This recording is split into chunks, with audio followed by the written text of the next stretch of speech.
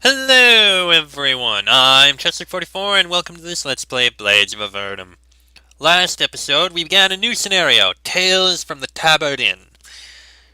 We are a bard who are on our way to entertain a lord, I believe, but unfortunately we don't really have any material. As we were walking along the road, we happened to stumble across some guy who basically said, Listen, I can help you. Go to the Tavern Inn. You'll find some stories there. And then walked off. Even though it was kind of mysterious and, we're experienced after all this time, we decided something persuaded us to do it anyway. So we're in the Tavern Inn. And there's 5 people around here who will have stories. A knight, a merchant, a prisoner, a priestess, and a bounty hunter. At least according to the readme.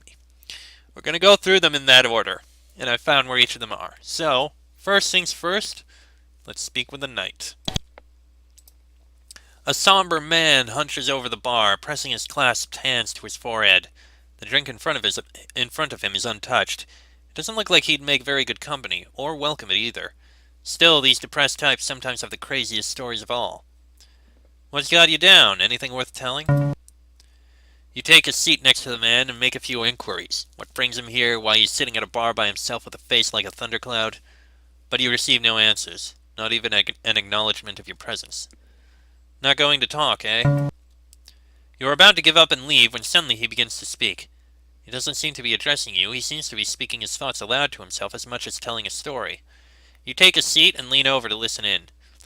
As he continues on, he does warm up to you a bit, occasionally even turning to make a comment to you. But more often he seems to be telling the story for his own personal benefit. He stares straight ahead, with a faraway look in his eye. I was on patrol in the Blue Needle Woods, in search of a group of bandits that had been troubling some of the locals. You see, I was a knight of compassion. Well, I still am, I guess. But I'll be explaining that later. For now, what's important is that I was patrolling. The Order of the Virtues still watches over these lands and tries to help the populace. Lord knows nobody else is willing to do it. But a traveling man like yourself would already know the kind of world we live in. Well, the Order was dedicated to changing things. It was a ghost of its former self, but it did what it could. Compassion just hasn't been in good supply of late. And if it was scarce before, I suppose it's dead now. God, what a fool I am. The Knight's Tale. There were bandits troubling some farmers. Mundane stuff. You see, when you're the only swordsman in these parts who hasn't turned his blade on the innocent, you wind up cleaning a lot of the mess the others create. That's what the order was all about, I guess. Cleaning up the mess. The monks did wonders with helping the sick and hungry, but sometimes you need metal. And I'm the only fool around here who would help. Real bloody chivalrous. Hold a moment, please. Alright, now. Change character graphic. That guy. Father K had sent me out last week, and after several days hunting ghosts, I was returning to the chapel empty-handed. That was 2 days ago? Could it really have been just 2 days? I suppose it was. I was following the Stirth path. It was really nothing more than a deer trail, but I was making good time nonetheless, and was having a grand old time brooding over my failure. I had just figured that I'd make it to the chapel by nightfall when suddenly I heard the sound of steel clanging against steel. It was coming from the north. The Lady's Favor. 5% protection from melee damage, protection from petrification, 2+2 level melee damage. Plus the longsword, steel plate mail, plate boots, steel large shield, gauntlets, and a steel helmet. We got haste and healing potions.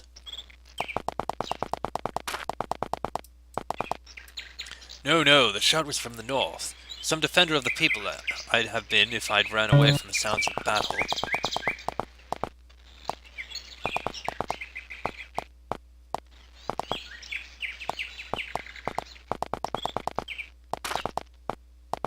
Yeah, I'm an explorer, so sue me. You know how I am. I assume.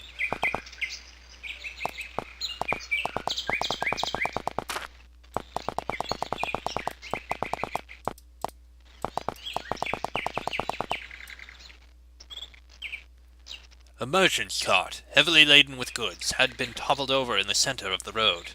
Merchants are always prime targets for banditry. This fellow must have been a fool to ride through these woods without an escort. The merchant in question was sprawled in the dust. An armed man stood over him. He looked dangerous, more so than the half-wits that usually turn to banditry, but at least there was only one of him. He had his sword unsheathed and held a throwing dagger in his offhand. He was looking to the east, but suddenly the merchant at his feet groaned, attracting his attention. The poor dandy had been a fool to get himself in this position, but I couldn't just leave him there. I drew my blade and rushed the bandit.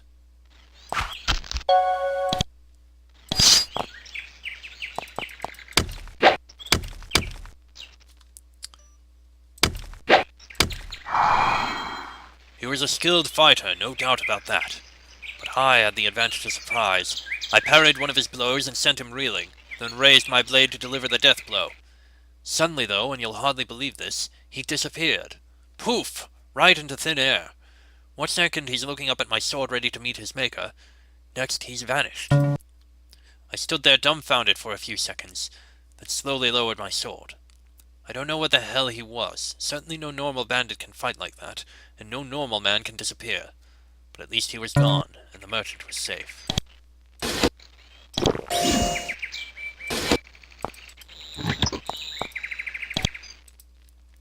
I went to tend to the merchant as soon as I finished dealing with his assailant. He didn't have any stab wounds. Indeed, it looked like his attacker hadn't gotten to harm him yet, except to shove him to the ground. He wasn't unscathed, though. He had received a large gash on his forehead where he landed on a rock, and that, combined with the shock of his attack, had him pretty disoriented. He had already propped himself up against the knocked-over cart.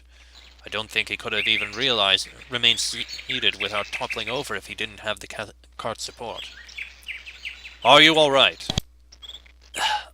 I'm fine. What was it? You aren't going to rob me, are you? You aren't the man with the mask. Who are you? I'm Theo. I came to Sigasel to deliver... No, I came to sell... At this point he looked about at the ruins of his cart, which seemed to be carrying clothing and fabrics, and suddenly became very distraught. His head wound didn't seem very serious, but I've seen enough victims go into shock to know that this was still serious. I have to get you out of here. No, I can't leave my cart. No, I already lost too much time. I can't delay any longer. There is no way we could have moved all those sacks of clothes. The cart had a broken axle and no beast to pull it. I sure as hell wasn't weighing myself down with the junk. We'd be sitting ducks for another bandit attack. What happened to your horse? My horse, Belle, she spooked when he appeared, came out of nowhere. She was such a good horse, but she spooked. It was the dust, wasn't her fault. She spooked and flipped the cart. So the horse was gone. There was no way that Theo was walking under his own power, which left me with the task of supporting him. The nearest inn was the Basilisk, which was unfortunately to the west, the opposite direction of the chapel. It wasn't going to be fun to carry him all the way there, but I didn't have any option. All right, let's go. Go where? I can't leave this. No, I can't.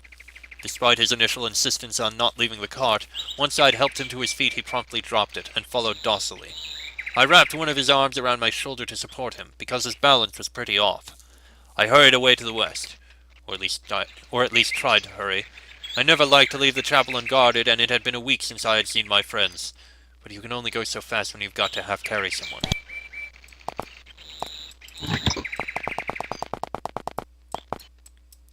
It was a long road, a lot longer for having to carry Theo the whole way, but we made it to the Basilisk Inn just as night was settling in.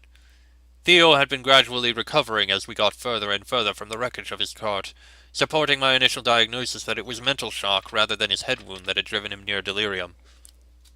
I don't know where he came from that banditry was so foreign to him, but I had started to grow rather fond of him, fragile dandy that he was.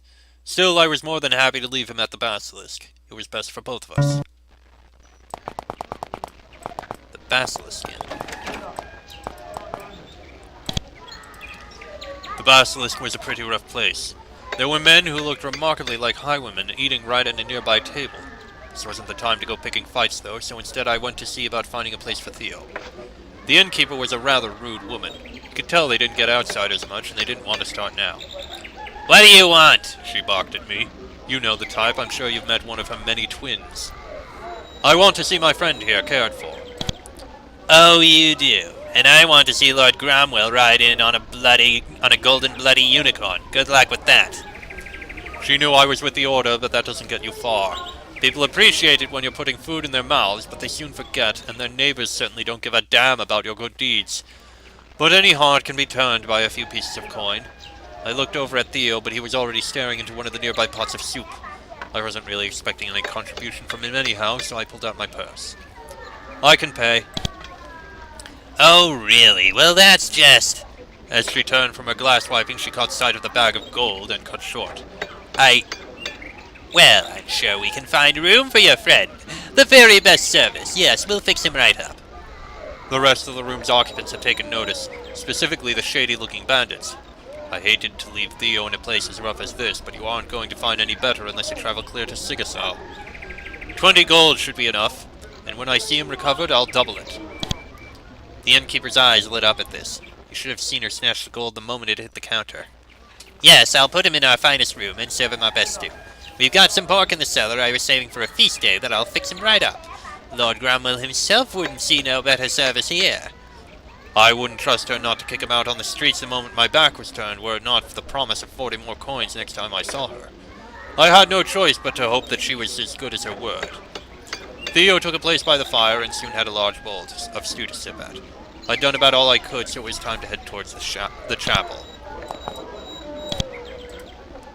Theo had already pulled a chair up to the fire and was too engrossed in drinking his soup to thank me. I didn't mind. He had gone through a lot that day, and I hadn't helped him because I was looking for fanfare. I left him to his warm meal to set out on the cold road. Quite a full place.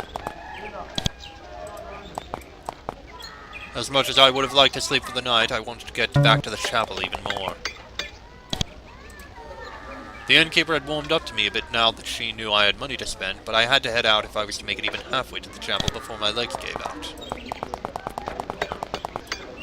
To the west lies miles of winding road before you reach the nearest city. I can't even remember the last time I left the Blue Needles, and I sure as hell wasn't going on a cross-country trip that night. I've traveled all over these woods, so traveling at night was not a problem. I made it as far as I could, but every man must rest, and even the desire to make it home to the chapel was eventually overpowered by exhaustion. I slept for longer than I intended to, but when I woke up I was feeling fresh. I made even better time, and was just a few miles from the chapel before the sun had reached its zenith. There was a boulder at this one curve in the road that served as a kind of landmark for me. Not that I need landmarks to navigate these woods anymore, it's just that I always know that when I round that corner, the chapel's roof will be visible over the treetops. Sounds kind of sappy, but hey, it's my home, and it's a beautiful sight. So after a week of absence, futile hunting, and long nights on the road, I think I actually skipped a few steps when I saw that boulder. When I rounded the corner, though, well, this is where the story takes a turn for the tragic. I turned the corner, shielding my eyes to look out across the trees to the north. The sun was high in the sky and blazing bright, but it didn't glint off the tiled roof. The chapel was obscured by a grey haze. It was smoke. That last mile was probably the fastest I've ever run. I'm not even sure my feet were touching the ground. Each step brought me closer to the chapel, but each step also brought its destruction into better focus. The roof had caught fire, I could see from afar. As I drew closer, though, I could see just how bad it was. The entire chapel was roofless except the inner sanctum. Most frightening, though, was that none of the chapel's occupants were standing outside. I almost laid down and sobbed right there, but as I approached the scorched doors, I heard the sound of voices from within, causing my spirits to soar. I hurtled through the door, but came to a screeching halt as I crossed the threshold. 2 men picked over the rubble of the collapsed roof, but neither of them were monks. At first I took them to be some of the poor souls the Order takes in, but was still panicked about not seeing Father K or the others anywhere. I asked them what happened, where everyone was. I think I must have shouted at them. I don't rightly remember. I was really distressed. Oh God. When they saw me, they bolted, each of them shouting and scrambling towards a different exit. I leaped forward to grab one of them by the collar. He didn't resist any once I had him in my grasp. He was frightened out of his wits, but so was I. Probably should have reassured him that I didn't mean to kill him or anything, but, well, I'd just gotten home to find my house burned down and my friends missing. I wasn't thinking straight. What happened? Where are Father K and the rest? The fire. He points at the roof. We saw the fire and came. We didn't have anything to do with it. I promise, Master. I promise, sir. We just saw the fire and came. We didn't have anything to do with this. Where are the monks? Where is everyone? We didn't do anything, sir. We just saw... In the distance, we saw it. The fire. We weren't even the first ones here, and we certainly didn't have anything to do with the bodies. The... bodies? There was nobody here when we got here. I promise. Anybody that's dead, they was like that when we got here. I swear, sir. Those next few hours were the hardest of my life. When it was over, there were 12 corpses in the inner sanctum. I knew everyone's name, even if the faces were too burned to recognize. I knew all of them. No, you don't have to do that. I already did all my crying that day. There's nothing left. Don't bother with that reassuring crap. Just listen. I don't know how long it took me, but I'd pulled everyone from the wreckage and brought them to the inner sanctum. There was a solid stone structure in the center of the chapel, the original and oldest part of the building. I lined them up by the altar. I couldn't do anything more for them, but I felt like the sanctum was as good a resting place as any. It was a real peaceful place. I spent a lot of time there back when I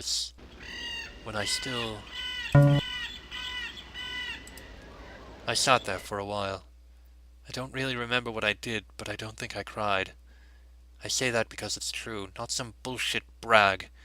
I'd tell you if I cried, but I don't think I could. Not even then.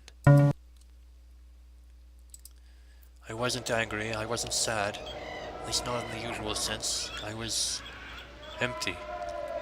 But then I don't know how it happened or what possessed me to do it, but I looked up at the altar.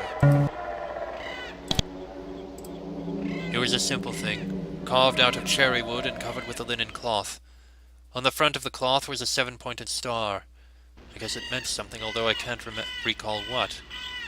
Oh, it was the 7 virtues of the order. A 7-pointed star for the 7 virtues, that was what it was. There was one on the cloth and one hanging on the wall over the altar. Except that the one on the wall was missing. I don't know why, but seeing those monks lying next to that altar with no emblem over it, it got me riled up. I hadn't felt anything but shock and fear and emptiness since I first saw the smoke rising from the chapel, but now I was flooded with anger.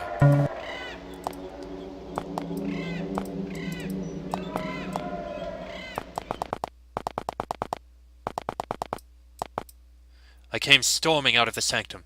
That beggar was still there, though his fellow had left. He had the nerve to stay there looting the place, even when he knew I was there.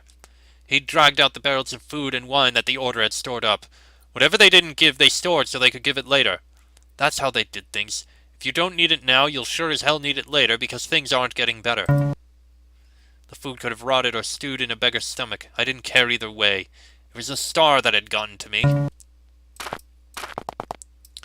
I'd already seen all the wreckage that I ever wanted to see. There was nothing else for me to search the rest of the chapel for.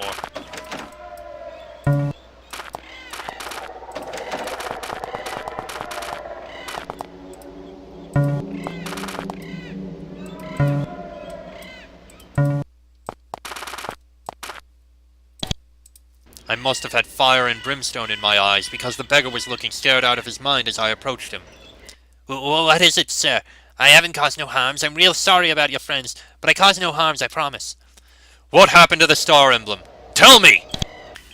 I don't know. I haven't seen any such thing. There was no monks here when me and Brutus got here. The place was empty, I promise. But we saw a pack of men leaving as we came.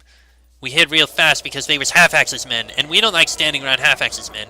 We got out of the way fast when we saw it was them, and it was them all right. They might have took it. They take everything. Half-Axe must have been some third-rate bandit that I'd never heard of before. It didn't surprise me. Bandits grow like weeds, and keeping track of their names is about pointless. Where did they go? They were headed northeast, towards Sigacel. They have a hideout that way. I wouldn't be telling you, but now I got this. He indicates all the barrels of food. They'll be back for this unless you deal with them. They're bad men. I left him to his scavenging. Half-Axe, whoever he was responsible for all this. I hadn't been there to protect my friends, but I was going to take care of these guys. Guess I was meaning to go set things right. It wasn't hard to follow Halfax and his men's trail. They were careless, confident of escaping retribution for their deeds. Bandits walk these woods like they own them. There's nobody to argue. The trail took me back to their hideout. It was nothing so romantic, just a shantytown in the middle of the woods, neatly in the shadow of the walls of Sigasel itself. It wasn't a far travel, which only served to add fuel to the fire of my anger. They were right here, just a few miles from the chapel. It was my duty to watch these woods, and I had not even noticed them. And I think here I shall pause. Because I don't know how much fighting or such we're going to be doing, but I have a feeling this story may be more than 5 more minutes. A shorter episode, but a decent place to pause. Next episode we'll continue with the Knight's Tale, as he likely goes to kill those in this shanty town. That'll be in the next episode, so until then, I'm Chester44, that is the Knight, this has been a Blades of Avernum Let's Play, and I shall see you all next time.